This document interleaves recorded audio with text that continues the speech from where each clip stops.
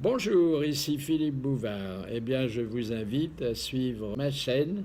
Oui, vous savez, YouTube Philippe Bouvard officiel. À bientôt. Monsieur Monnier de Brest, qu'est-ce que les poilus ont appelé des chéronnettes? Les marraines de guerre? Non. Ça s'écrit comment, ça? Ça se portait sur soi et ça s'écrivait C-H-E-R-O, E-N-E de T-E-S. La besace? C'est pas les bandes Voltaire, mais c'est autre chose, c'est comme des chaussettes C'était des chaussettes qui s'entouraient autour des pieds comme et des ça reliques. venait de Monsieur Chéron, qui était le ministre de la guerre de l'époque. Bonne réponse de Jacques Balutin. Ah, c'était des choses. Et maintenant, ça s'appelle les bandages hernières. C'est hernu, le... Bandage hernuaire. Ouais. C'est hernu, c'est ça. C'est lui qui s'occupe de la guerre. Ah oui, oui. Non, c'est il prépare la paix. Hein. Il prépare la paix, ouais. De Madame Sachaud de Valence, qu'est-ce que Marie Sachaud, Walewska fut la seule femme à faire? Oh, Voilà, un truc. Qui? Tas de trucs. Faisait un des truc, trucs. mais oh là là. Elle Il y faisait avait un des truc trucs. avec un esquimau et les mecs ils sortaient et disaient, oh dis donc Valeska c'était ski. Je sais pas, elle faisait des Elle trucs. faisait le veau formidables. carotte comme personne. Oui.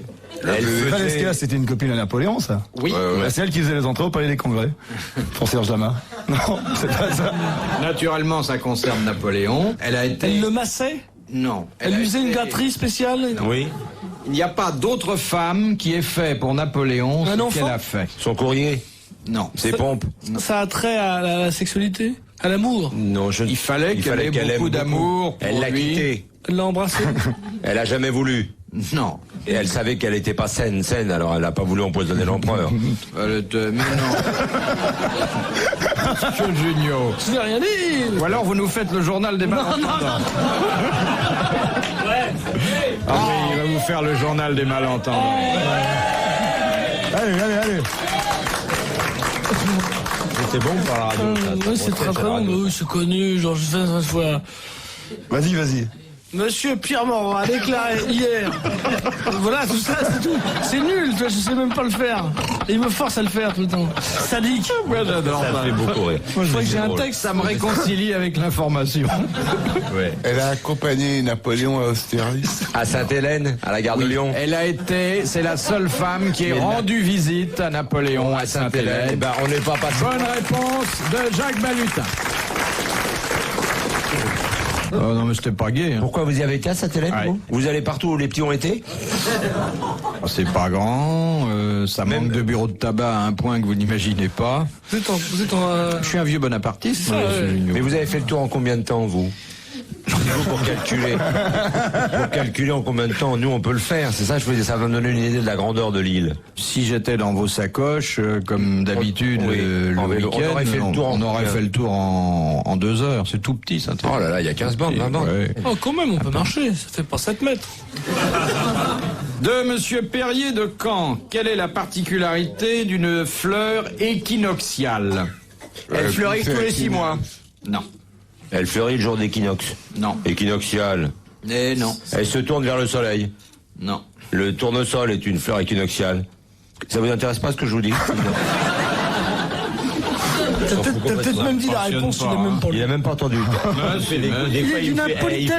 Qu'est-ce que vous avez dit Le tournesol, non. Bon, est-ce que ça a quelque chose à La voir avec rose, elle est équinoxiale. Elle fleurit la nuit. les marais d'équinoxe? Non, Bon, Ça a un elle se rapport avec ferme. l'équinoxe? non. Ah bon? D'accord. Bon, c'est pas la peine de dire. Alors dites, c'est une fleur qui se ferme le matin, qui se ferme le... Ouais. C'est ça? Ouais. Et elle Elle clôt la n'est nuit. ouverte que la nuit. elle Et s'ouvre dès et que se le... ferme à heure fixe, À heure comme fixe. les commerces de détail. Voilà. Très bonne réponse de Jacques Balutin.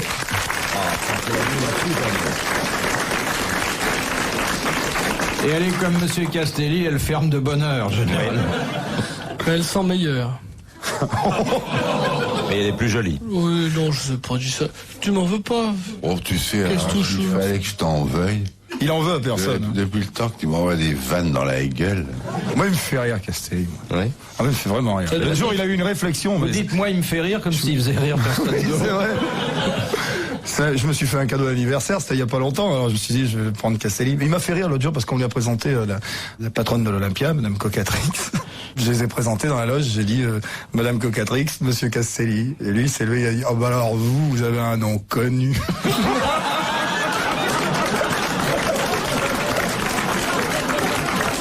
C'est vrai. Ça aide. Ça te met à l'aise, ça. Ah, ça aide. C'est là qu'on voit l'homme du monde. Hein. On voit le mec qui est vraiment sorti quand même. Les grosses têtes dans la nuit des temps sur RTL de 4h à 4h30. De Madame Portet du Rigny, quel est l'officier d'une caserne que les soldats ne sont pas obligés de saluer?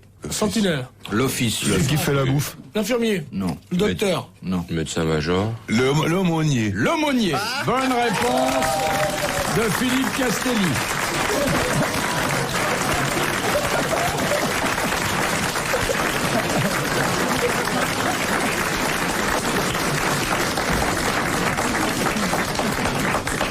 Il y a le triomphe modeste. Hein.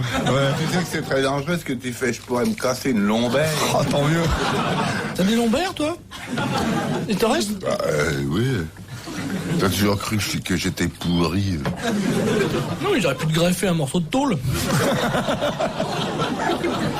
Comme tu t'en sers pas de tes lombaires, de toute manière, tu te baisses jamais. Oh, et toi, avec toutes tes prothèses, t'en as une par devant, un petit tuyau en polystère de vinyle.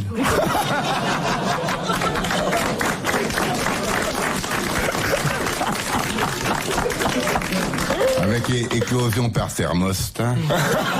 Mais quand il y a une panne de secteur, c'est le ramadan rue Saint-Denis.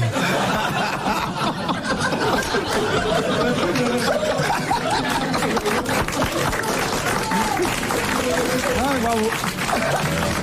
Je n'ai rien à répondre. Eh, il est passé à l'Olympia. Ah oui, là, il a dû Eh, répondre. t'as compris? J'ai une histoire. Elle est bien utile. Oh, c'est bien. Elle est charmante. C'est pendant la dernière guerre. Qu'est-ce qu'il écrit, Il y a un soldat qui veut offrir un cadeau à sa marraine de guerre. Alors il achète une jolie petite culotte en soie rose et sur la culotte il met une étiquette de chaque côté. Sur l'une il marque pour la Noël et sur l'autre pour tes étrennes. Puis 2 jours après il reçoit un télégramme. Viens vite m'embrasser entre les fêtes.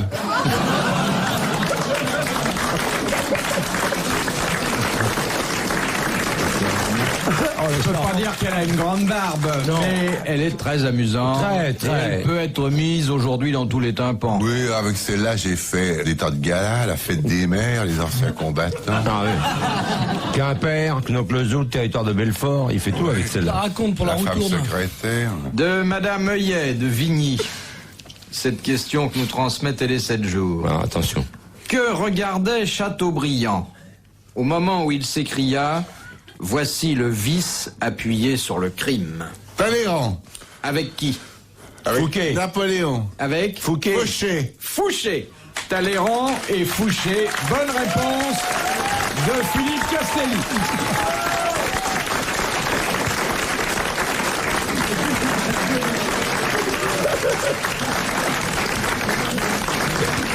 Il aurait fait un bon prélat, hein? Fouché, c'est un gars extraordinaire. Vous n'avez pas lu sa vie? Question de Mademoiselle Lecoeur de Sauvigny-le-Bois. Une question zoologique, comme vous les aimez. Quel est l'animal muni de 2 défenses et dont seule la défense de gauche se développe? Badinter. sanglier. Badinter.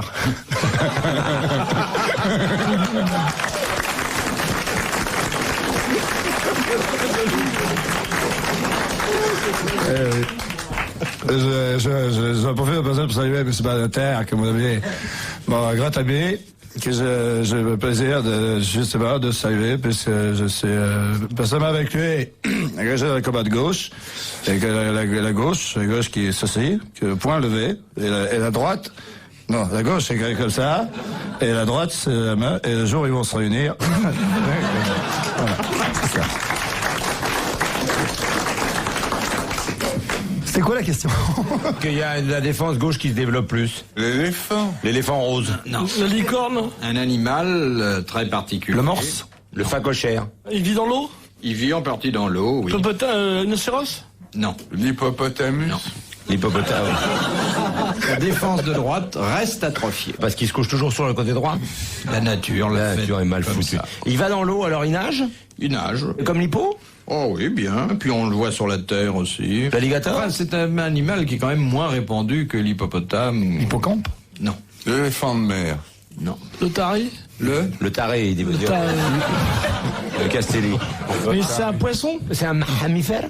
c'est un mammifère. On le trouve en Afrique, ce mammifère, ou plutôt vers le pôle Nord ou vers le pôle Sud? Pas exactement de notre côté, mais en Afrique, peut-être sur la banquise, je sais pas. Lourd? Non. Pingouin?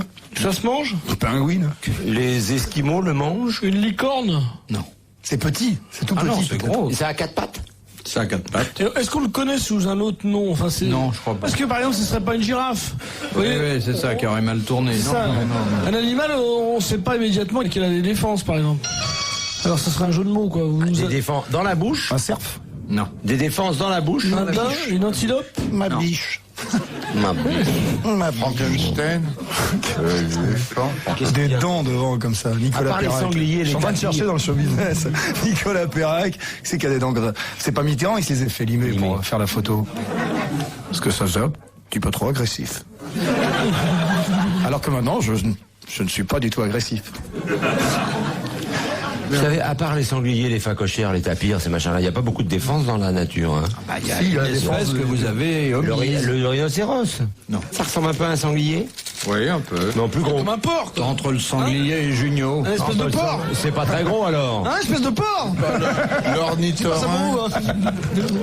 Ça dépend. L'ornithorynque. C'est pas un ornithorynque, c'est l'ornithorynque. Et puis c'est pas ça. Je comprends pas, j'ai dit une connerie. Non, 2. Bah, Eh bien, écoutez, vous applaudissez Mademoiselle Lecoeur de Sauvigny-le-Bois.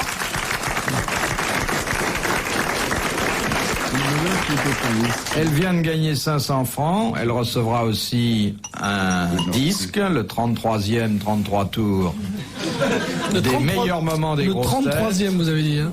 Le 3e Vous avez dit le 33 33e. tours recellant Oh là là. les meilleurs moments des grosses têtes, des moments auxquels vous êtes associé, Monsieur Junio. Ben oui, je sais bien. L'animal qui est muni de 2 défenses, dont seule la défense de gauche se développe, c'est le narval. Bon, je savais même pas. Mais un narval vous signale que vous nous avez drôlement introduit en erreur parce que c'est plutôt une bête aquatique qu'une bête terrestre. Un Ah, mais narval. elle se balade aussi. Oh, ça n'a même pas de pattes le narval, ou est-ce que vous avez un phoque?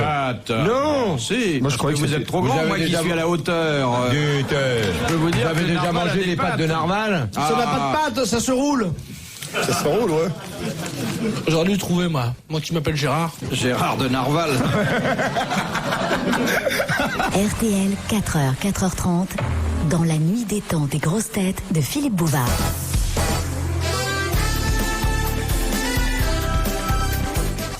De Monsieur Karcher de Terreville. Qu'est-ce qu'on appelle le frais, F-R-A-I, Ah, je sais. d'une monnaie? C'est la tranche. Non. Le frais d'une C'est monnaie. écrit comment? L'argent frais liquide? Non. C'est de l'argent frais, quoi. C'est La quantité d'or. toute l'expression, c'est de payer une C'est le tranche. poids.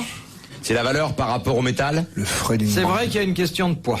C'est la valeur d'or ou d'argent qu'on met dans les pièces? Non, il y en a pas. Il y en a plus. Ben, moi, Charles Aznavour, je pense que c'est le frais, puisque c'est le poids, ça doit être environ le poids en billets qu'ils ont calculé par rapport à ma taille et qui m'ont repris par rapport à l'argent que j'avais gagné. Les escrocs. C'est un problème d'argent. Non, c'est un problème de poids de pièces. De pièces ou de billets? Et combien on a de pièces par rapport au... Ça n'intéresse que la monnaie. Le nombre de pièces qu'il y a dans un kilo? Non. Oh, je vais vous mettre, il y en a un kilo, il y en a tiens. Il y en a quoi, une vingtaine dans le kilo, là. Donnez-moi une livre. C'est pas la valeur? Non, ça ne change pas la valeur nominale.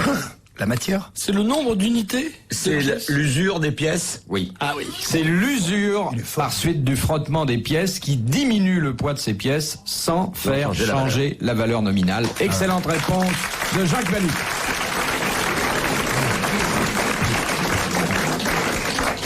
De Madame Bandera de Paris. T'es dans- pas passé Je suis loin. pas passé loin. T'es pas passé loin, C'est là. ce que j'allais dire. Une pièce et une scène en rentrant à la maison. Quel cri poussait autrefois le peuple à l'occasion d'un heureux événement? Banzai! Banzai. Et ça, Olé! vous devriez le savoir, Monsieur Junio. Moi? Oui. Pourquoi moi? Y'a que Parce moi que ici. vous... Le quart d'heure américain? Non. Le Père Noël super dur? Alors, il disait... Père Noël? Il disait pas Noël, Père Noël. Noël, il disait. Bonne réponse de Gérard Junior. Ah oui. J'avais une chance sur 3. Tiens, celle-là, elle est bien. Celle-là, elle est bien. Attendez. Non, laissez Monsieur Sébastien raconter votre histoire, mais attendez. Elle est nulle, Dernière je histoire. peux pas la raconter, elle est trop nulle. En plus, c'est bourré de fautes d'orthographe. Oh, Chewing-gum, ça s'écrit pas C-H-U-I-M-E. Oui, bon, j'ai écrit à la française. Chewing-gum. Alors, monsieur Patrick Sébastien va vous dire une histoire qu'il a trouvée. Non. Essayez de sauver une histoire. Non, Alors, quel accent vous proposez? je vais prendre la voix de Jacques Fabry. Parce que le rire m'amuse. Alors voilà, c'est dans le métro. Le métro. Il y a un soldat américain. C'était une fois. Il est assis en face d'une dame et le soldat mâche inlassablement du chewing-gum. C'est lui qui l'a écrit. Il est con. Au bout d'un moment, la dame s'excuse en souriant. Ne vous fatiguez pas, monsieur, je suis sourde.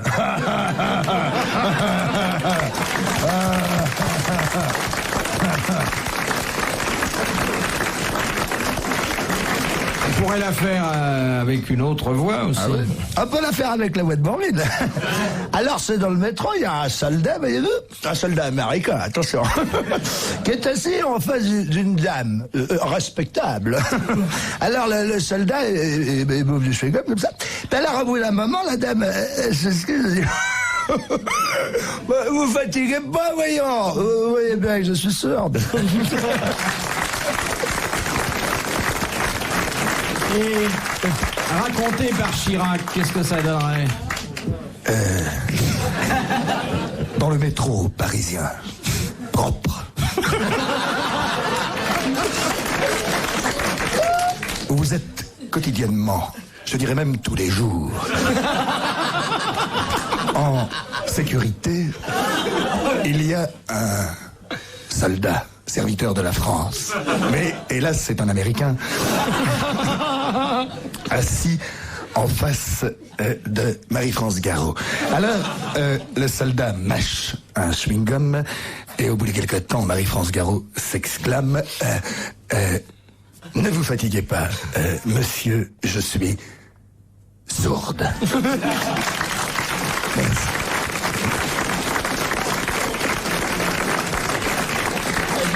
Alors, si je la fais par de fer, on est là demain. Hein. Ah, j'adore ça. Par Coluche, je remarque, ça pourrait être bien. Alors, c'est... bon. Alors bon, c'est le métro, tout ça, avec les gonzesses qui montent et tout ça, les mecs qui passent la main au cul des gonzesses, ça, le métro, tout ça. Bon. Alors, il y a un mec, bon, attends, c'est après, de fond de la gueule et tout. Ah, il y a un soldat normal, américain, bon. Alors là, il est assis parce qu'il y a une gonzesse en face, alors, le mec, bon, il la regarde, tout ça, parce que la gonzesse, bon, elle est assise, mais c'est une gonzesse sur Mars, ça pourrait être une grosse gonzesse. Mais là, non, c'est une gonzesse normale. Alors le mec, il est là, il bouffe du chewing-gum parce qu'il a que ça à bouffer, le mec, en fait. On l'a acheté tout ça. En fait, c'est pas du chewing-gum qu'il bouffe. C'est le mec qui est chez Jacques Borel, il finit de bouffer le steak. Mais ça fait longtemps, hein. Et puis la gonzesse, au bout d'un moment, elle dit, alors là, c'est pas peine de je veux dire, bon, moi, j'ai plus rien dans les oreilles, j'entends pas. Mais enfin, si vous voulez, on peut partir derrière le compartiment. Tout ça. Non, c'est bon. On l'arrête là, on l'arrête. Mais là, ouais, faut dire un truc. Je sais pas pourquoi vous cassez le cul à vous inviter 4. Vous faites venir Sébastien et vous faites votre émission pour le prix de... Je sais pas. Faut négocier ça. Retrouvez les grosses têtes dans la nuit des temps